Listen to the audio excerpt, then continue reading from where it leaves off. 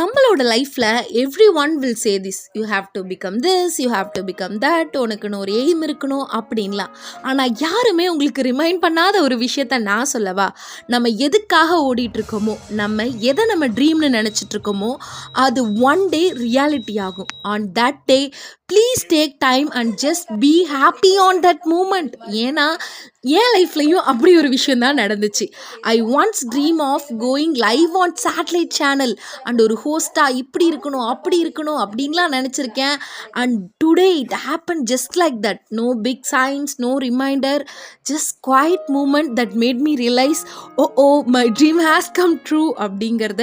So I just want say this மக்களே, you guys are running for your dream, chasing your dream. அதெல்லாம் ஒரு நாள் நடக்கும். அந்த வின்னிங் மூமெண்ட் ஒரு சின்ன ரிமைண்டர் கூட இல்லாமல் உங்களை கடந்து போகும்.